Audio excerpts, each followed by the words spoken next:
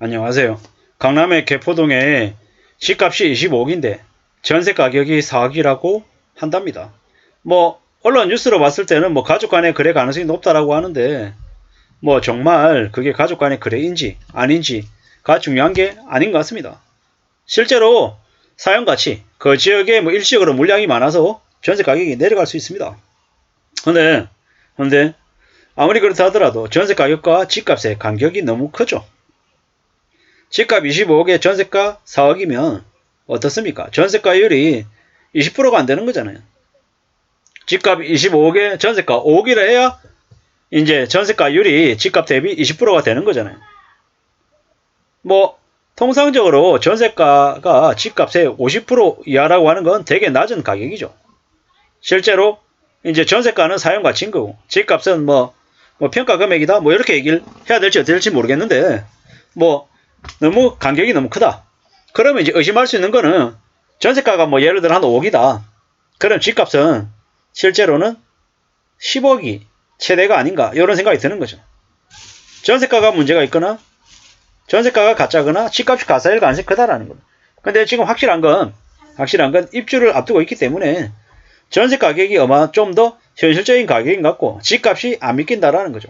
아마 대략 저 지역의 아파트의 분양 가격이 14억, 15억쯤 될 것 같습니다. 조금 높거나 낮거나 할 수는 있겠지만 집값이 실제로 15억이다라고 하면 전세가는요.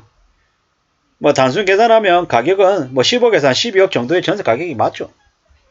근데 실제로 그 정도가 아니라 5억이다, 6억이다, 4억이다까지 얘기가 나오는 걸 보면 확실한 건 뭡니까? 저 지역의 가격에 거품이 있는 거다라고 의심할 수 있는 거죠. 아닐 수도 있고 맞을 수도 있고 확실한 건 뭐다? 저쪽에 많이 비어있다라는 거죠. 많이 비어있다라는 거고 전세 가격이 최고가가 18억 3천이었는데 그에 비해서 지금 되게 많이 내려갔다. 이런 얘기가 있죠. 근데 이런 거죠. 전세 가율이 너무 낮은 거고 이래저래 여러 가지를 따져볼 때 사실 정상적인 건 아닌 것 같다라는 거죠. 좀 의심스러운 얘기가 많은 거죠. 이래저래 여기 보면은 전세가도 많이 낮아지고 있고 매매가도 낮아진다고 얘기하고 이래저래 많은 얘기들이 있는데 확실한 건 뭐다? 지금 현재 부동산 관련해서 거래가 되게 적어지고 있다는 거죠. 이 정권 넘어서 갑자기 거래량이 폭등한 것처럼 언론에서 얘기하지만 실제로는 예년의 거래량에 비하면 매우 미미한 숫자다. 거래가 줄어들면 당장 지방정부는 세수가 부족해서 이제 지방정부 운영에 큰 차질이 생기고요. 중앙정부도 마찬가지고요.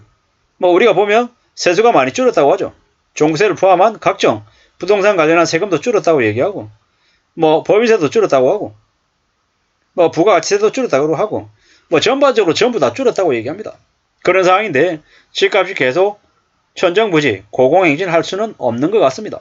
문재인 정부 기간에 너무 많은 부동산 거품과 가짜, 허위, 조작 거래들이 심했죠.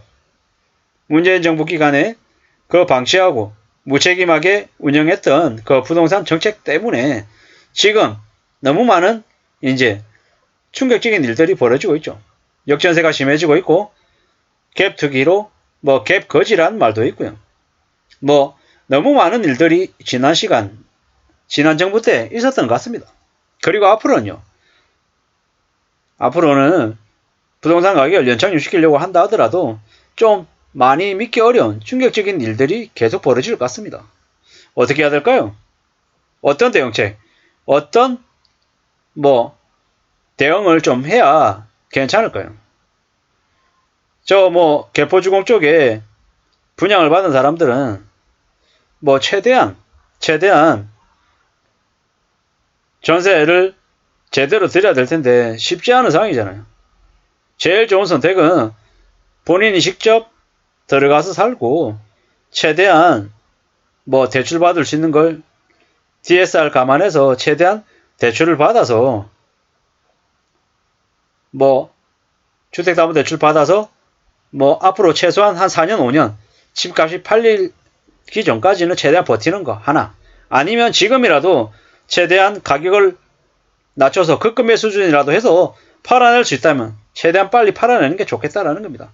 분양을 15억에 받았지만 1억이든 2억이든 3억이든 더 낮춰서라도 팔려고 하면 적어도 지금 시기에는 매수자를 찾을 수 있을 것 같습니다.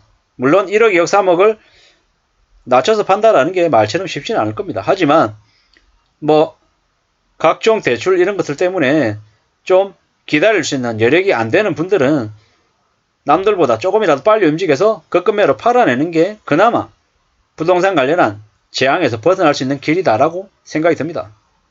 뭐 집이 없는 사람들, 뭐 전세나 월세를 살고 있는 임차인들 입장에서는 뭐 무리하게 들어가서 살 필요가 있냐.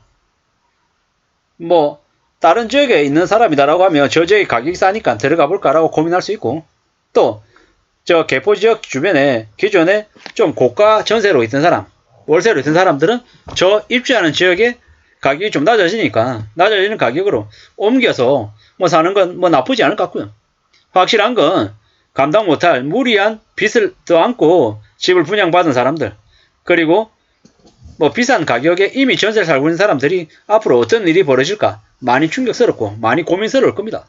결국에는 지금 현재 개포 지역에 현재 뭐 매매나 전세나 월세 사항들을 최대한 뭐 일자별로 아주 자주 저 지역을 이렇게 샅샅이 이렇게 훑으면서 현재 분위기나 상황들이 어떤지를 좀 파악해서 그에 따라서 어떻게 움직일지를 결정해야 될 것 같습니다.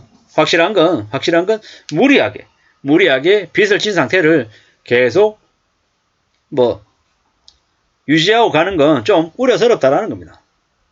수단과 방법을 가리지 않고 지금의 상황을 좀 엄중하게 보고 죽느냐 사느냐라고 하는 기로에 있다라고 생각할 정도로 아주 심각하게 내다보고 결정을 내려야 될 것 같습니다. 그러지 않으면 저 부동산 관련한 후폭풍에 온 가족, 일가족 전체가 아마 큰 충격을 겪을 수도 있을 것 같습니다. 뭐 불안하라고 말씀드리는 거 아니고요. 어떤 식으로든 지금 현재 앞으로 엄청난 충격과 폭풍이 몰아올 거니까 그에 대한 대비를 현재 할 수 있는 범위 안에서 최대한 좀 하면 좋겠다라는 의미입니다. 정신 바짝 차려야 될 거고요.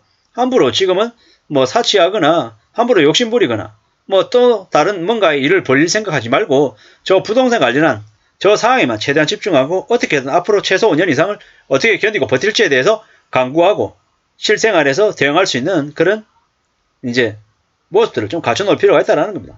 뭐 옷을 사는 것도 뭐 아니면 뭐 취미활동 하는 것들도 아니면 뭐 차를 끌고 다니는 이런 것들도 대폭 좀 줄여서 최대한 다운사이징해서 저 뭐 부동산 관련해서 대출 관련한 부분들을 좀 최대한 생활에 큰 데미지가 오지 않는 수준으로 좀 잘 헤쳐나갈 최소한의 5년 계획은 세울 필요가 있다는 말씀을 드리면서 마칠까 합니다. 감사합니다.